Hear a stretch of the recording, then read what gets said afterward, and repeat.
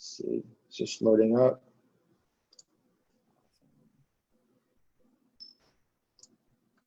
Okay, I think we're live. Awesome. Sweet. All right. Hello, everybody.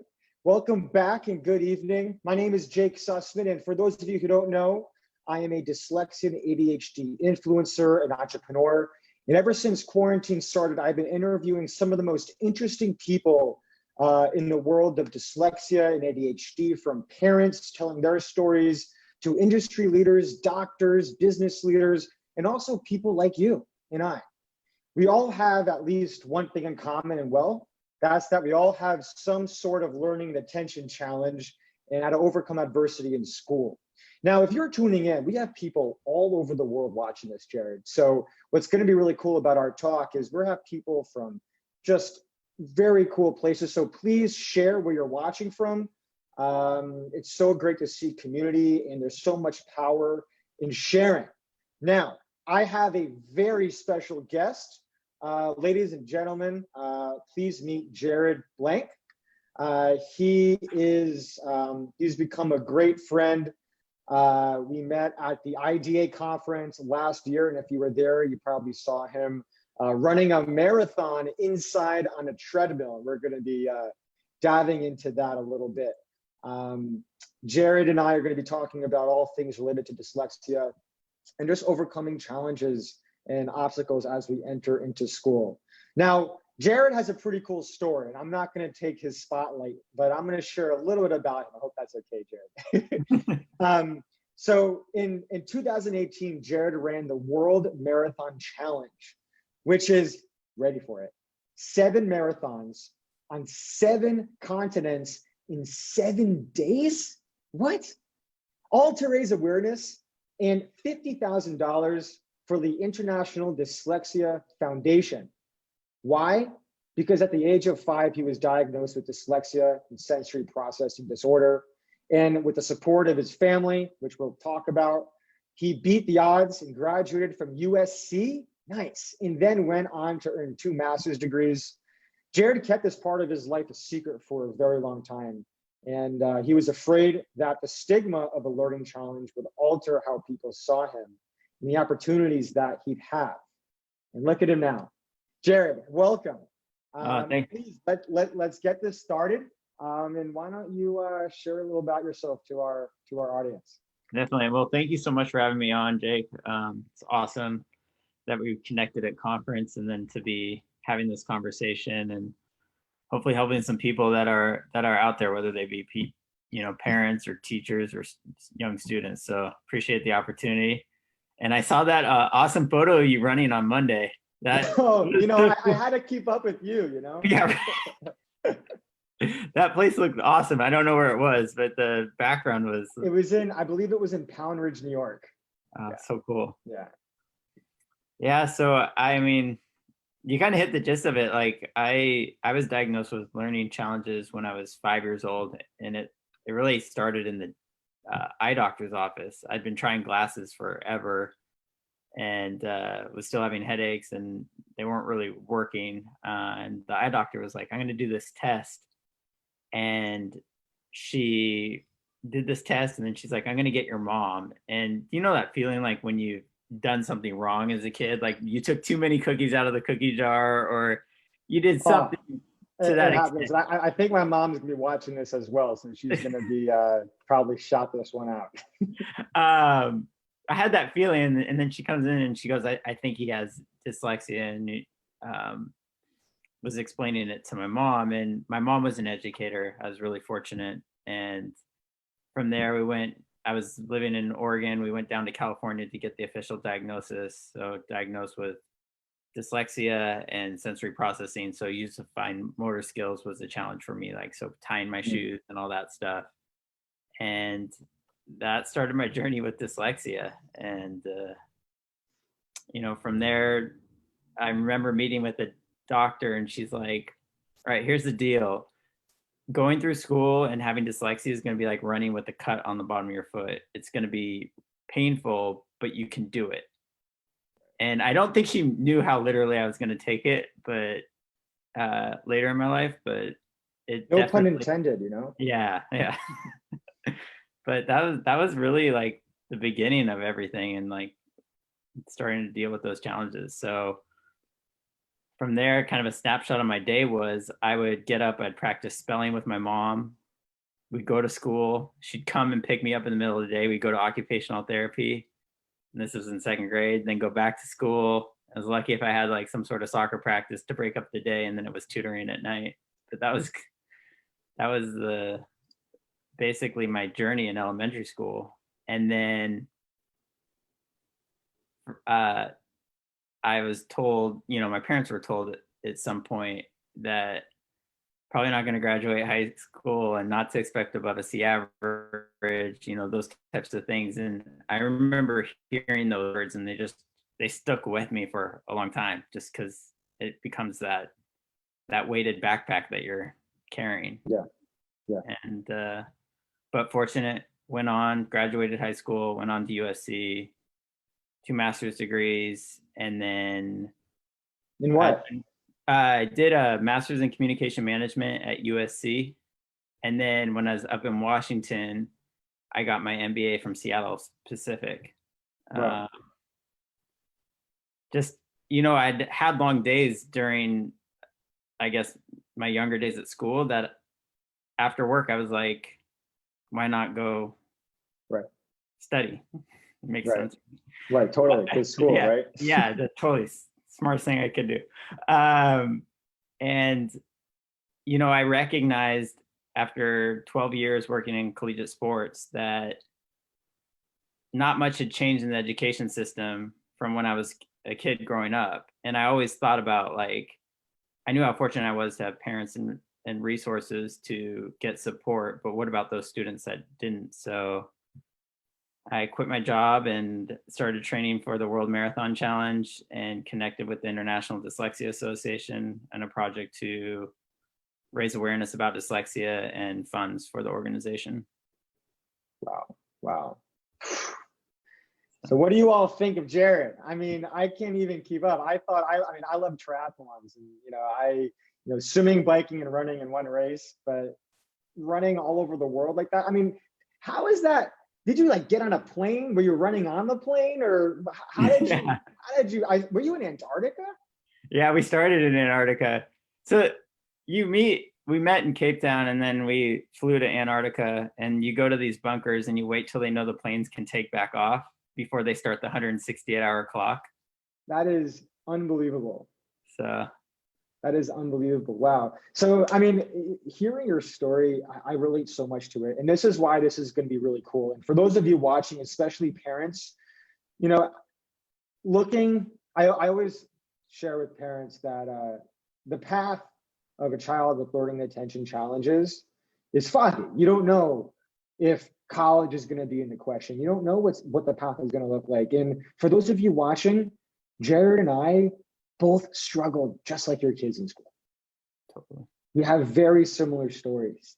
And Jared, first of all, I appreciate you sharing that, because I really believe that there are kids and young adults out there that are going through very similar challenges that you went through. I mean, did you like school, or did you hate it?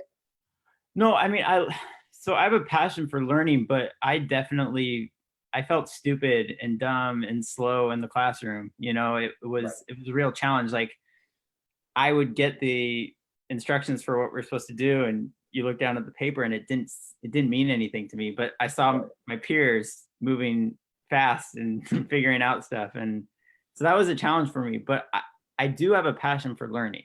And and I think that's where the master's degrees come in later, once I kind of got things figured out. Right. Yeah. And again, for those of you watching, I really encourage you to ask questions. I'm watching our feed here. There is a little bit of a delay, but please feel free to ask Jared any questions. I mean, Jared also wrote a book on running the distance, and I still have to read that. It's on my list. But why don't you share a little bit about that? I mean, having dyslexia and running and writing, and I mean, why don't you just share a little bit about that book? And how can people get it? I don't know if a lot of the things I do make any sense. No, but while I was training for the World Marathon Challenge, I would spend some time writing, and I actually like writing.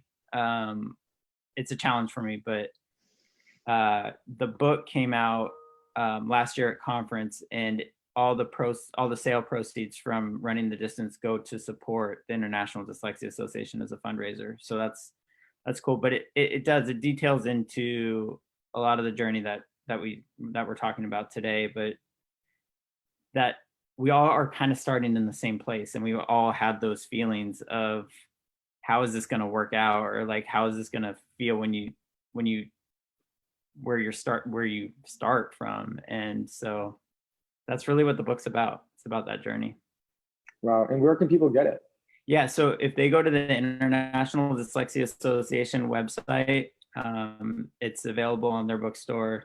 And then they can also go to runningthedistancebook.com, and you're able to there's links back to purchasing the book, but also learning more. I blog regularly and just keep updates on the different things. Great. I'll post that in the chat also very shortly. Now, at what point did you realize that your learning style could eventually become a strength? I think in college, I struggled. In high school, I kind of got things figured out in a rhythm, but I was still using a lot of rote memorization. Yeah. And it was just long hours of and then I think once I got through the, general college, I was how I was learning the skill sets that were necessary to apply. But I would say probably end of high school towards that college time. Yeah, I mean, I just remember when I was that moment for me. My story, I was pulled out of school in 6th grade, 3 grade levels behind in reading, forced to read out loud in class in front of everybody. It was so humiliating. And my parents pulled me out without a plan. And the story continued, but what happened was probably when I was a junior, I signed up for Model UN. And this was, I went to a specialized school for those who learn with learning and attention challenges. And I was there for about I was in specialized school for about 6 years prior to this. Okay, so I was about a junior and Model UN, and these are with kids all over the world. And I was like, I'm never going to be able to coexist with the normal learners ever again, because the last time I tried that was in public school in 6th grade and didn't work out so well. What happened was, it was at Yale. And for those of you who don't know what Model UN is, it's actually Model UN. You go in representing a country, and you have to you talk, you debate, you share. And long story short, I ended up, I guess it was the Yale bug, but I realized that my country represented the solution to what we were trying to solve. And I was up till 4 a.m. researching. I mean, this is a junior high school. I had never done this before. I've never stayed up late on my own and wanted to research or read or look up stuff. But I was sitting outside the hotel room, making my notes, and ended up leading a group to a resolution. And these is with normal kids all over the world. So I guess, I relate to that, because that was my aha moment when I realized that everyone around me is no smarter than me. We're all have our strengths and challenges, no matter what. Everyone. But did that passion did that light bulb go off, or did you know that was something that you were passionate about in terms of that type of work or resolutions? Or it's so funny. I mean, and I have the chills just talking about this, because it really was a classic moment. I like the idea of representing something much bigger and reflecting on that, because there was something that motivated me. And you know what it was? I was looking for colleges at the time. It was in January.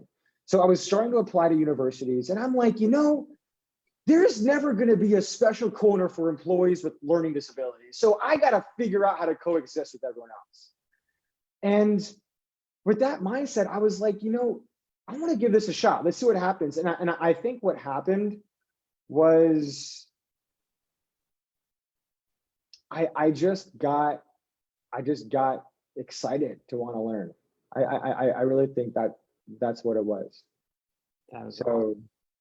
I know it's, and really, I mean, and again, for those of you watching, I encourage you to share. When was a moment when you had your aha moment, when you realized that the way you learn, when you embraced yourself and end up becoming the person that you are today? It's something that I encourage everyone to think about, because this is how we're going to help our kids. And something I wanted to share as well is that Jared is going to be one of our mentors for Superpower Consulting. And it's a mentoring firm that works with kids and young adults all over the world, just like us, to build confidence around the way they learn through self-advocacy.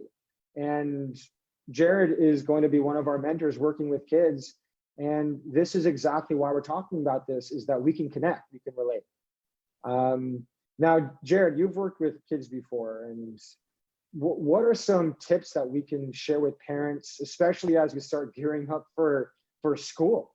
I know, right? It's Especially crazy what's happening. It's already the last week of August. It's so upsetting to even think about, but oh.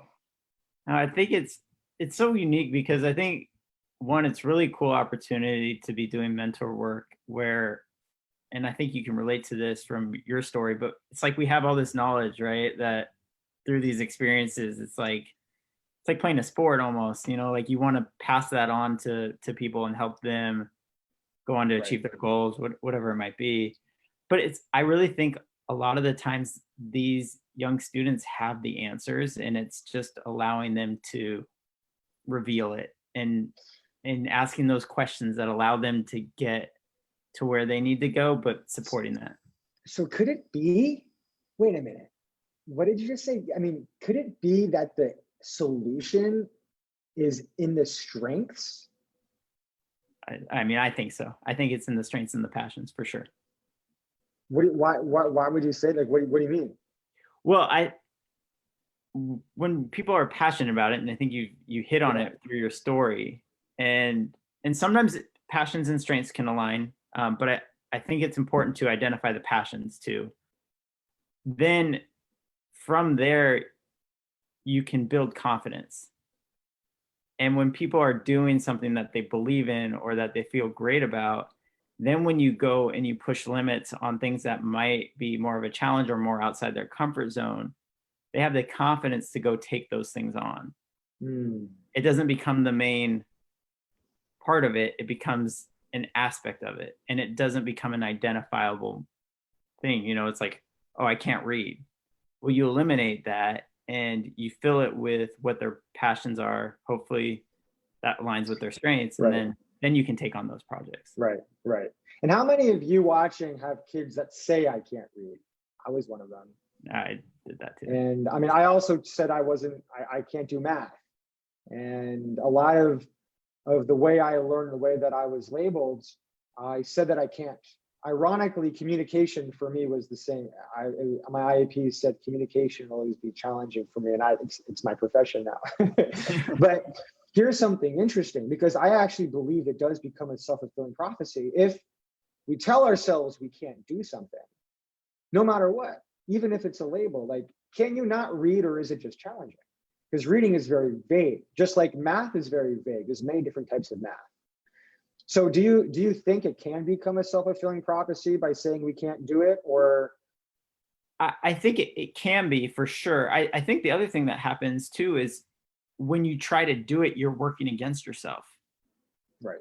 You've almost put you've almost hamstring yourself with this, like, oh, I can't do it. And then you're trying to do something your body's telling you can't do, and you're working against yourself. That was my experience, especially early on in the classroom. And you can persevere through that, but it's a lot harder of a road. Right. So how would we persevere through that? I mean, if you're countering to yourself, it's not ideal. I think the the reimagined part would be that if we say reading might be a challenging right now, or these skills might be a challenging at this current moment, but that doesn't define me, and that doesn't mean I can't get better at my craft. Right, right. And I think that is a huge differentiator, right? Because saying, oh, I can't do this, it's like I find there's a significant difference between saying something is challenging and something is hard. Right. There's a significant difference, and one may easily miss it, but the difference. Want to take a guess? Did you know? Would you do? Okay. I'm gonna have you go on. Okay. The difference, in my opinion, is that when something's hard, it's a statement. It's like it's not a productive word. It's hard. Okay, so what's the solution? Something that's challenging, it's active. It's like, I know that it's challenging, but I can overcome a challenge, just like a hill. You're running up that big hill. It's challenging, but you're gonna overcome it. If it's hard, there's no solution at the end of the road. 100% agree. I mean, I've had that conversation with so many people running trail hills. Like, they'll say, oh, I'm not good at hills. And it's like, even if you can just put yet in front of that, or you're working on it, it changes the rhythm of it. So 100% aligned with that. Right. Now, I'm thinking about our parents watching this. And here they have an opportunity to hear from someone that's already been through it. And we're going to be working with kids and helping them overcome their obstacles and challenges by looking at their strengths. And I just feel that here's such an opportunity for us to give our parents some tips on, if they were to ask a question to the future version of their kids, right? What could be a way for us to share that? And for parents watching, what would you ask if you were to look into the future and ask your kids a question? What would you say? I personally believe that there's this idea around being able to embrace your outlets and look at the things that you love and why. So what would you say are some of your activities that you love and why? All right. Just from my own experience? Yeah. I mean, for me, it's been running almost my whole life. I used to run to deal with the frustration of school and life. Right. But as I got past that point, I did my first marathon in 2010, and I loved every second of it. I loved the community around it and being out on the course. And for me, it's always been sports. Sports has been a huge passion of mine. And I think from that is why I was talking about why it's so important to figure out those passions, because it could be anything. I think it could be cooking, it could be writing, it could be poetry, it could be, the gamut's wide. Yeah, and it's so easy to overlook that, right? Looking at the current challenges being faced, and looking at the behaviors of our kids. Look, I was labeled a behavior problem in school, and if we're able to look past the behavior, because part of our philosophy is that, everything is, if we look at all conversations as just the surface and what happens beneath that, right? The behavior we see in anyone, the way that we'll communicate to our friends can be different than how we communicate to our parents.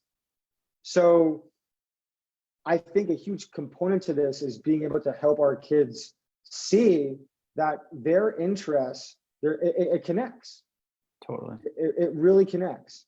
Well, and I think you touched on something that's really important. And I think for parents especially, it's the thing about dyslexia or learning challenges, I think, is that it becomes the root cause. The behaviors are the symptoms a lot of the times, the anxiety or the acting out. I think that is that is a symptom of what's actually occurring with the learning challenge, not being able to read, being frustrated in the classroom, not feeling good enough, the shame that comes with it. Like those are all, that's what's building up. So if you can identify that, fill it with passion, fill it with, hey, these might be challenges for you, but it's not defining your intelligence, which we know dyslexia does not define your Yes. intelligence. Then you can really like get to the bottom of it, and you can kind of yank the spoke out of the wheel. Right. Now, did it ever interfere with your confidence socially? I think so, because there was so many times where I kind of like you, like I was out of the classroom, or I was, being transported across the bridge to, occupational therapy, or go into the resource room for a period, like, so there's definitely those moments. So I think or staying in for recess to finish assignments, those types of things, definitely they weigh on you. Punishment of recess is the biggest. It's so upsetting because that's the chance for our kids to let out their energy. 100%. And for those of you who are homeschooling or having kids work from home, I really encourage you to have your kids let out steam. It's so important. I'd rather see quality over quantity. Let's get 30 minutes of untapped focus, and let's break for another 30 minutes or an hour running outside around or jumping on the trampoline. Trampoline is an awesome way to feel grounded. And something else that I found this in college, but I wish I found this sooner, was working without shoes on. And that, I'm not wearing shoes right now either. Oh, I am home, but it helps me feel grounded. Now, do you have any strategies that you use to help you feel grounded? Yeah, I mean, similar. The bare feet thing is smart because it also strengthens your feet, so it's good for running.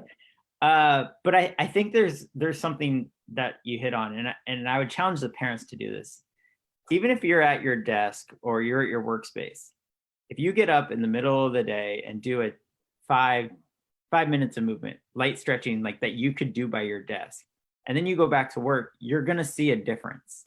Like, and kids need that even more, right? Like holding kids into recess is doing them a disservice. It's also not going to get you to where you want to go. We think like more time at the desk is actually going to solve the problem, and it's actually, if you can get them to move, you change their whole mindset. And so I think it's big. I work with a group, and I teach them moves that they can do at their desk throughout their workday. Can you teach us some moves? I'm ready for this. Yeah, I sit for 12 hours a day. I'm ready to get some movement going. Yeah. But like, even like massaging out your thighs, or like doing calf raises while you're sitting, getting up. And I have the group doing burpees in the morning, actually, like just to like change it really quick. They don't have to do a lot of them, but like if you can just do those types of things, I think it does make a huge difference. Oh, it does. I mean, it gets oxygen in your brain. Yeah. It gets oxygen in your brain and throughout your body. And if you wake up, I have some clients that we meet in the morning, the first thing that they're doing is playing video games or watching TV. The first thing, go downstairs, eat cereal, and just play video games. And look, it's summertime. I get it. But routine is so important, especially for those with learning and attention challenges. So if it's the school year and our kids are working from home, for me, at least, and I'm curious what you think too, Jared, is I shut down during the summertime when I was younger, in the weekends, because there was no routine. It was home, vacation. So, and I mean, I know that we've been in quarantine for a while here, but something else I would really encourage, and I'm curious what you think, Jared, is having a schedule as if it's like school. So that means during the week, should we play video games, or do we use that as a reward for later on? Or should it? What have you seen working with kids? Yeah. I mean, I think it's tough. And I think it's hard, with all the schedules and the craziness, but if it can be different, if it can be a walk in the morning, or it can be some sort of activity versus video games being the first thing that the kids are doing, I think that's probably more helpful. But it also depends on what the routine is, and as long as there's breaks in the day, at least getting some movement in during the day. I get it, because if you're a parent and the kid can go down and play video games and kind of pour themselves a bowl of cereal, that's probably helpful to the work day. But if you can go for a walk with your kids, or you can do something active with your kids first thing in the morning too, I think that sets a different tone. Right. Now let's talk about mentorship for a minute, because mentorship is very different from therapy and a tutor. Why do you think mentorship is important, especially now that kids still really can't see their friends? What do you think about mentorship? Yeah, I think it's a different layer. And especially right now, I think people need connection more than ever. And I think mentorship is kind of like almost like building a team, right? Like you're putting someone on a team with you, and they're not there to tell you what to do or from that standpoint, but they're there to kind of help guide you to where you want to go. And so I always look at mentorship as, I don't know if it's the best analogy, but like how an ultra runner would use like walking sticks. It's like that walking stick is like the guide essentially. And that's how being a mentor is like. I like that. That's awesome. So it's like a guide. Yeah. Now we can share through a shared emotional experience because we've been there. Totally. Right. Wow, that's awesome. And yeah, I mean, that's really a huge part of how we founded Superpower Consulting in the first place, and why we've been working with, now we've been working with over 35 kids since quarantine started all over the world. And for those of you watching, Jared is now available to be working with your kids. Can you imagine Jared working with your kids? It's really, it's exciting. And I'm excited to, watch you continue. I mean, you've already changed kids' lives with your work, and just continuing that mission. It's so inspiring. And I do have one question that I'm very curious about. What would you say your superpower would be, and why, if you were to have one? Or do you have one? Yeah, that's a good question. I don't know. I'd have to think about it more, but I'll let you think about it. Yeah. While you think about it, I do want to share a really cool announcement. This Thursday, I am bringing someone onto this show that is nicknamed Rocket Man. Awesome. He was the first amateur to send a rocket to space. He's built 20 companies, has dyslexia, and dropped out of school in 9th grade. I can't wait to tune in for that. He is really, he was in the Stuntman's Hall of Fame. So this guy is really, really cool. He really has defied the odds, and he's coming on Thursday at 2:00 Eastern time. So for those of you watching, make sure you tune into that. But let's go back to this for a minute, because as Jared's thinking, I just want to share why I asked this question, because I love this question. There's this debate in our community around superpowers and dyslexia being a superpower. And, if superheroes are ultra superhumans, then how come you can't relate it to dyslexia? Because, well, it's not so easy. And one of the reasons why I wanted to ask you is because I have part of Superpower Consulting as part of our mission. But I am curious, just what would you say your superpower would be, and why? Well, so when I was running the World Marathon Challenge, I kind of figured this out. I identified dyslexia as my superpower.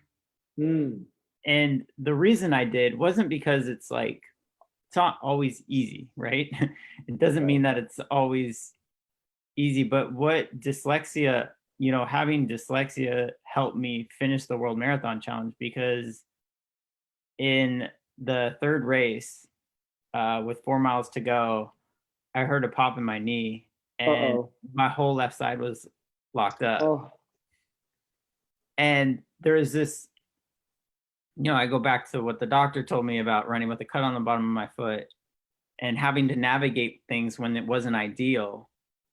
And I think that mindset helped me to finish those 4 miles and then finish right. the rest of the races. So I would say that. Wow.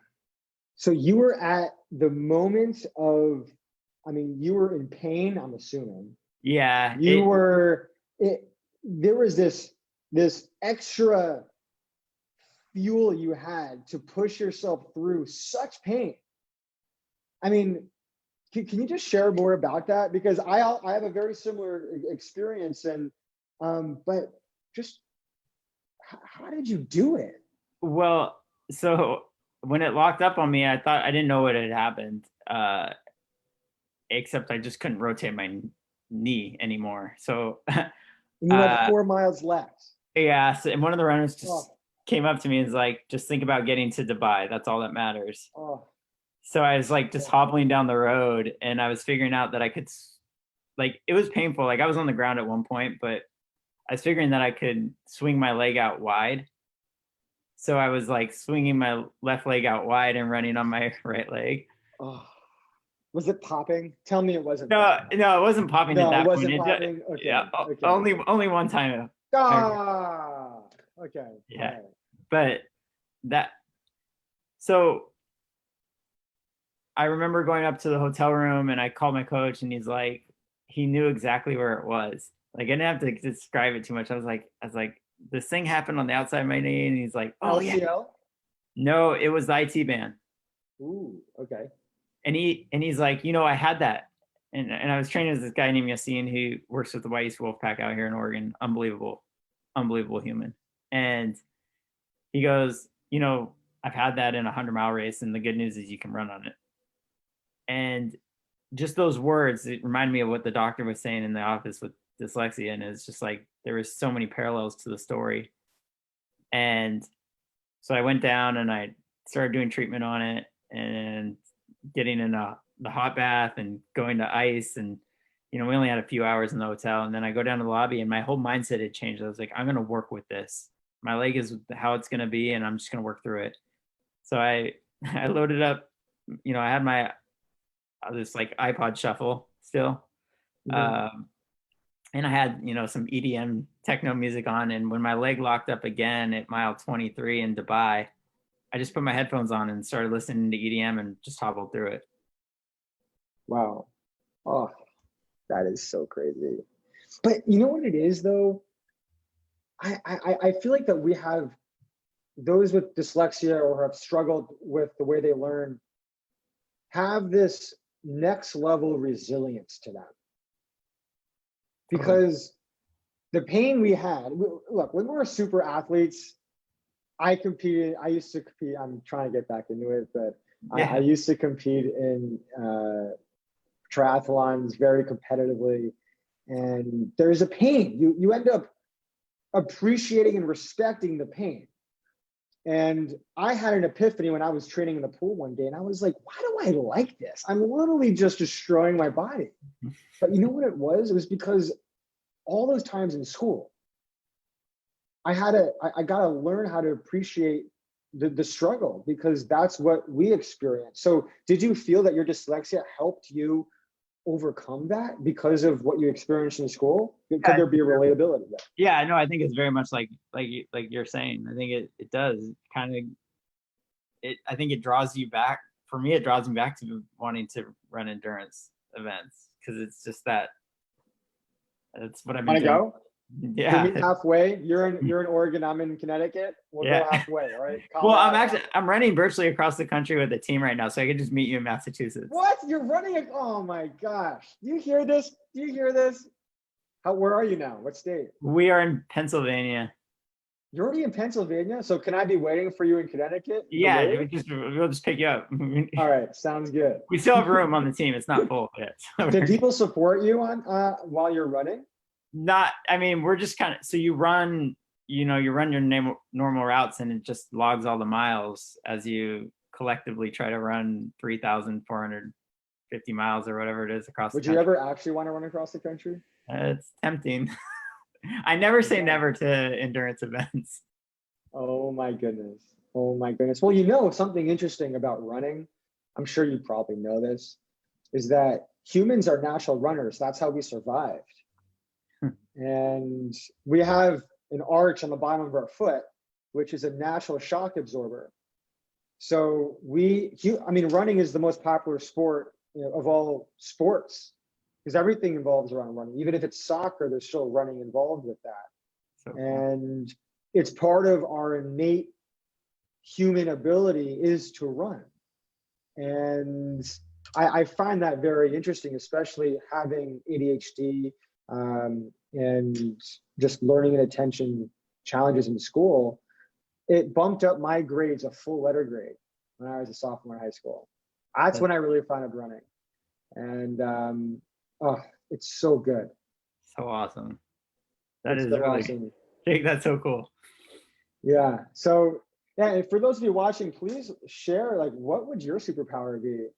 And I would love to know, because there's a lot of conversation around superheroes. And one of our philosophies here is, if you look at a superhero movie, so my favorite superhero is Superman. What's yours, by the way? Who's your I like favorite Batman. superhero? You like Batman? Why? I've always been drawn to Batman. I don't know. Batman's cool. Batman's cool. Batman's very cool. So, but here's something.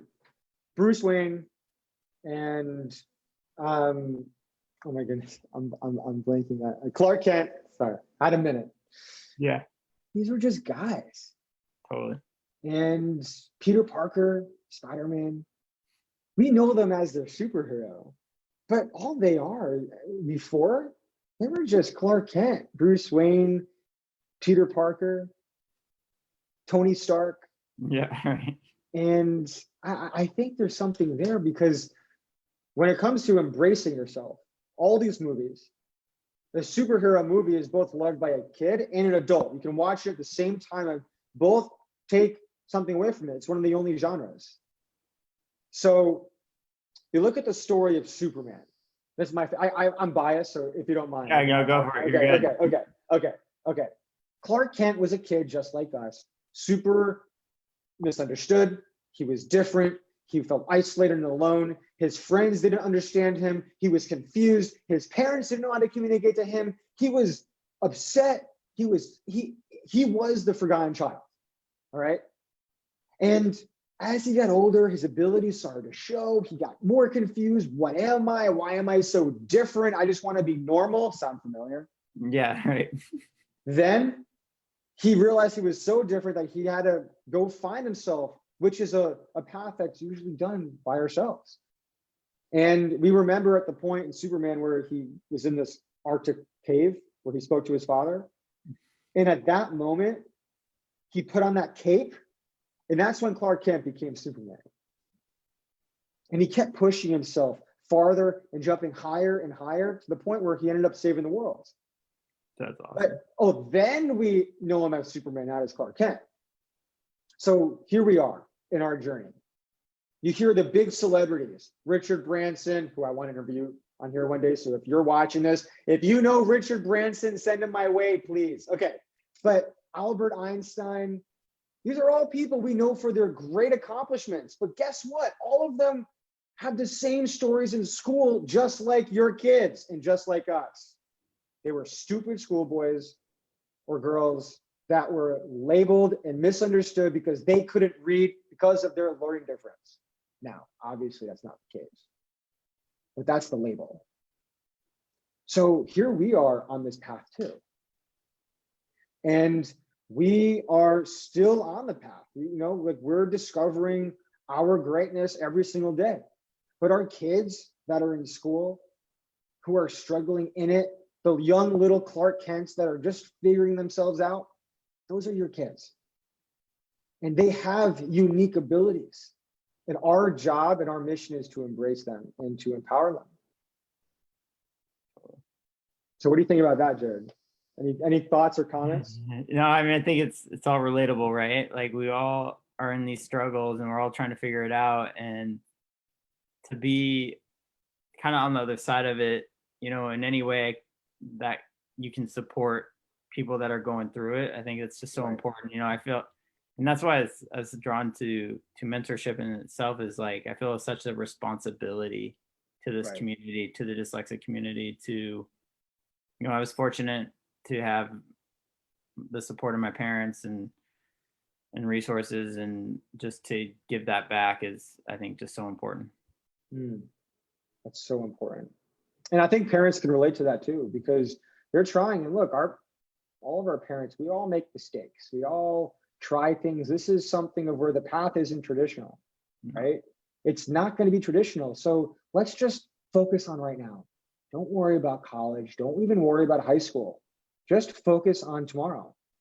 And that's all it is. And just love and embrace your kids. So for those of you who are interested in Jared mentoring your kids, please feel free to either reach out to him or myself, or visit our website at www.superpowerconsulting.com. If you want to buy his book, which I highly recommend, it's called The Running the Distance, and they can find that on the International Dyslexia website. And I'm going to post all of these links shortly. And Jared, do you have any thoughts or parting thoughts that you want to share with our community? Just that we're here to support, and that I know it's challenging, but there's definitely light at the end of the tunnel, and there's reasons to be hopeful. Yeah. And I think that's important to remember in this process, is that to embrace the strengths and to embrace passions, because that's what gets you through it. Absolutely. And I want to just share some of our comments here. Maggie shared that, she said, love to see him get sponsored by a major brand. I'd imagine athletes have a higher percentage of dyslexics. Yeah. Are you sponsored by any brands yet? I am not. No? Oh, you work at Columbia, right? Yeah, I do work there. Hey, but I think that there's, I'm just want to share some of our other comments here. Pete, you're a fan, and Pete, you got fans, man. I gotta say, someone said behavior is totally as symptoms, but educators don't take time or don't have time to see the root of the behavior. High levels of frustration from academic dead ends and challenges. So the student gets inadvertently labeled a behavioral issue. That was my mom.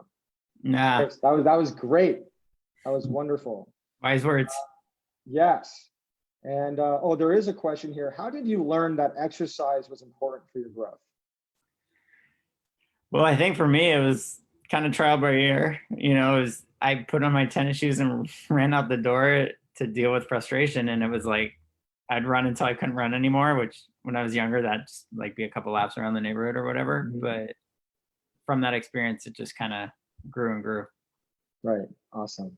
Well, Jared, thank you so much. That was so much fun. Appreciate all the work. We'll have you back on here. I have a feeling that our community is going to want you back. I appreciate you having me on and all the work you're doing. And your community needs to watch The Forgotten Child if they haven't seen it yet. It's thank you for that. Yeah, we'll have to repost that one. Yeah, do it for sure. Awesome. Jared, have a wonderful evening. And for those of you watching, thanks again. I'll see you Thursday for Rocket Man. Awesome. Have a great combo. Bye now.